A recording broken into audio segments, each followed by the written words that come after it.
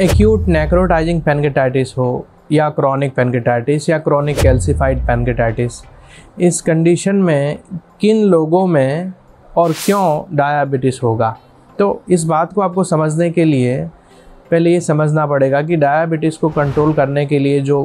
Beta cell से जो insulin secrete करता है,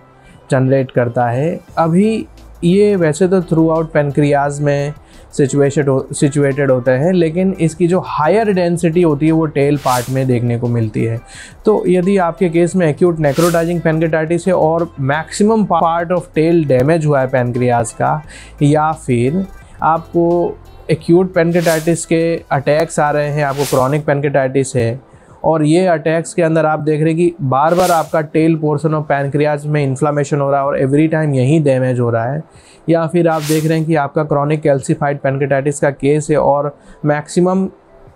कैल्शियम का जो डिपोजिशन है वो डिपोजिशन आप देख रहे हैं कि टेल पार्ट में शो कर रहा है, या फिर आप यूँ समझें कि just before the tail MPD का जो बॉडी का डिस्टल बॉडी पार्ट में स्ट्रक्चर है और उसके वजह से जो ड्रेनेज सिस्टम है वो फ्लुएंट नहीं है उसके आगे का, स्पेशली टेल पार्ट का, and again because of this tail part में इन्फ्लामेटरी चेंजेस आ रहा है। सो अब ओवरऑल जब आप समझेंगे सारे सिचुएशन को, आपको समझ में आएगा कि बिकॉज ऑफ डिस्टर्बेंस या damage in the tail part recurrent,